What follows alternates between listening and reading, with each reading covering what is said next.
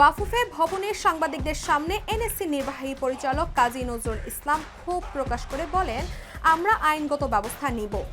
একটা দেশের খেলোয়াড়কে এনে এভাবে আপনি রাস্তায় ছেড়ে দিবেন, টিকিট দিবেন না, এটা তো আপনার ছেলে খেলা নয়। তিনি আরও জানান যে আয়োজক সংস্থা এনএসসির দেওয়া শর্তাবলী সম্পূর্ণ ভঙ্গ করেছে এবং এই বক্সিং প্রমোশন সংস্থাকে তারা সরাসরি চিনতেন না।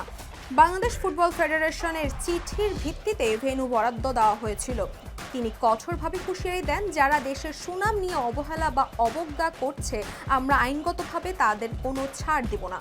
এবং তার বদলির আদেশ জারি হয়। তাকে বাংলাদেশ মৎস্য উন্নয়ন কর্পোরেশনের পরিচালক হিসাবে নতুন পদায়ন করা হয়েছে। বিদেশি খেলোয়াড়কে চরম ভোগান্তিতে ফেলে এবং দেশের ভাবমূর্তি ক্ষুণ্ণ করার এই ঘটনা ক্রীড়াঙ্গনে এক বড় প্রশ্নচিহ্ন এঁকে দিয়েছে।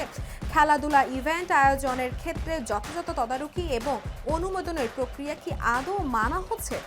ফুটবল ইভেন্টের জন্য একজন বক্সিং সংগঠনকে বাফুফের সুপারিশের ভেন্যু বরাদ্দ দেওয়া নিয়েও বিস্ময় সৃষ্টি হয়েছে। এনএসসির নতুন নির্বাহী পরিচালক এই বিতর্কের মুখে কি পদক্ষেপ নেন, সেটাই এখন দেখার বিষয়।